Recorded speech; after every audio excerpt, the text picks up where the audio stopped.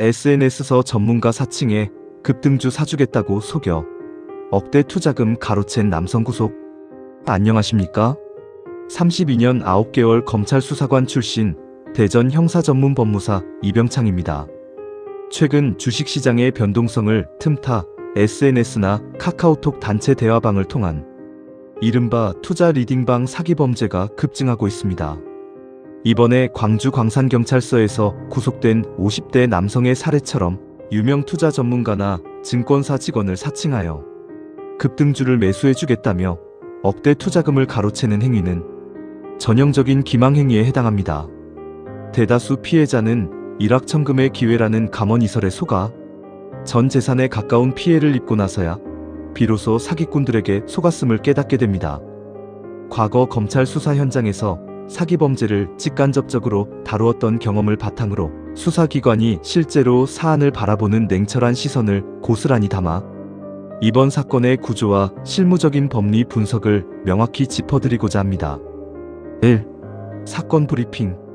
본 사건은 주식시장 상승기에 편승하여 투자 심리를 자극하고 SNS를 통해 전문가 및 증권사 직원을 사칭한 사기 조직원이 구속된 사안입니다. 피의자인 50대 남성은 피해자 3명에게 접근하여 급등이 예상되는 종목을 추천하겠다, 직접 주식을 매수해주겠다고 속였습니다. 이후 투자금 명목으로 총 1억 4천만 원의 현금을 교부받아 그대로 가로챈 뒤 잠적하였습니다.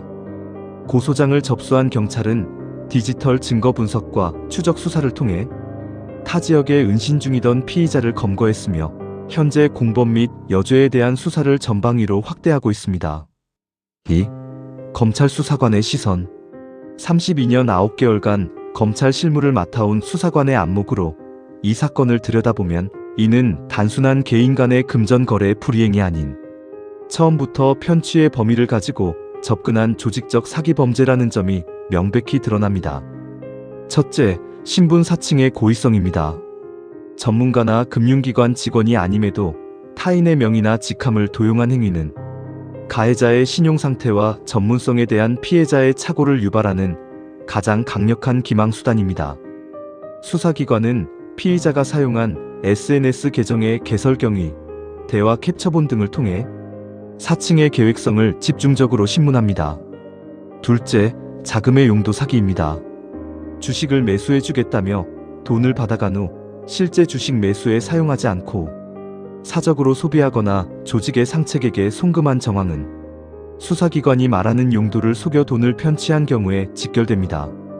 경찰이 고소장 접수 직후 계좌 추적과 증거 분석을 최우선으로 진행한 이유도 바로 이 자금의 흐름을 파악하기 위함입니다. 셋째, 구속 수사의 정당성입니다.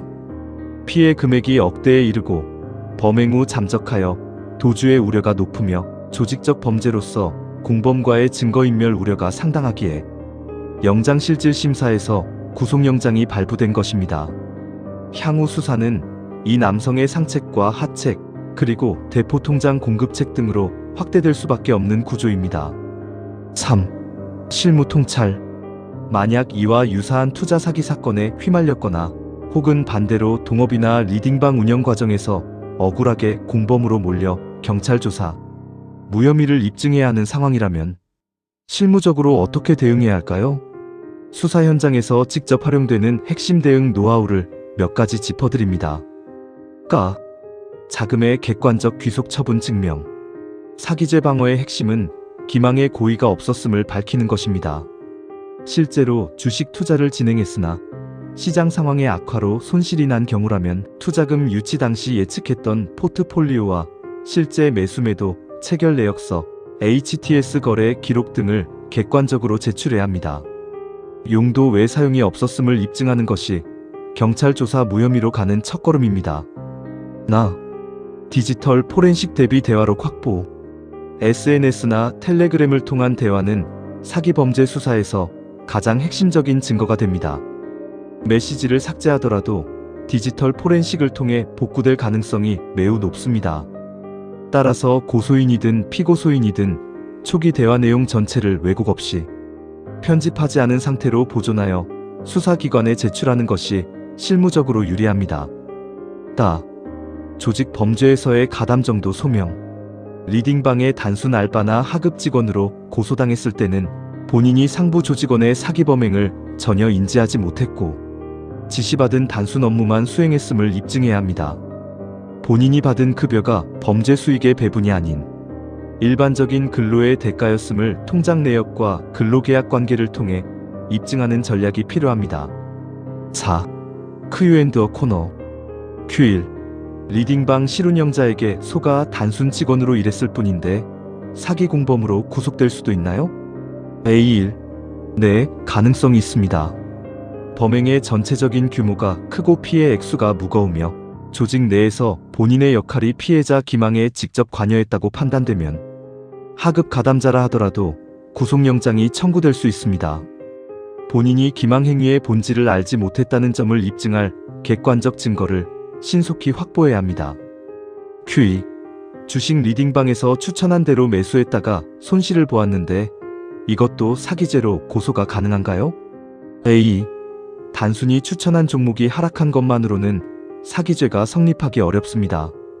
다만 이번 사건처럼 전문가나 금융회사 직원을 사칭했거나 실제 주식을 매수해주겠다고 돈을 받아간 뒤 다른 곳에 유용한 경우 혹은 허위의 가상거래소 프로그램을 이용해 사이버 머니만 보여주고 투자금을 가로챈 경우라면 명백한 사기죄에 해당하므로 즉시 형사고소를 진행해야 합니다.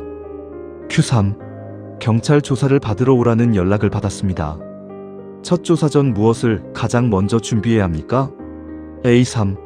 감정적인 억울함 토론은 잠시 접어두셔야 합니다.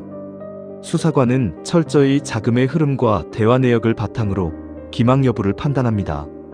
상대방과 주고받은 메시지 일체, 투자금 수수 내역이 담긴 금융거래 정보, 계약서나 약정서 등 객관적인 서류를 시간 순서대로 일목요연하게 정리한 의견서 혹은 진술 자료를 첫 조사 전에 준비하는 것이 가장 중요합니다.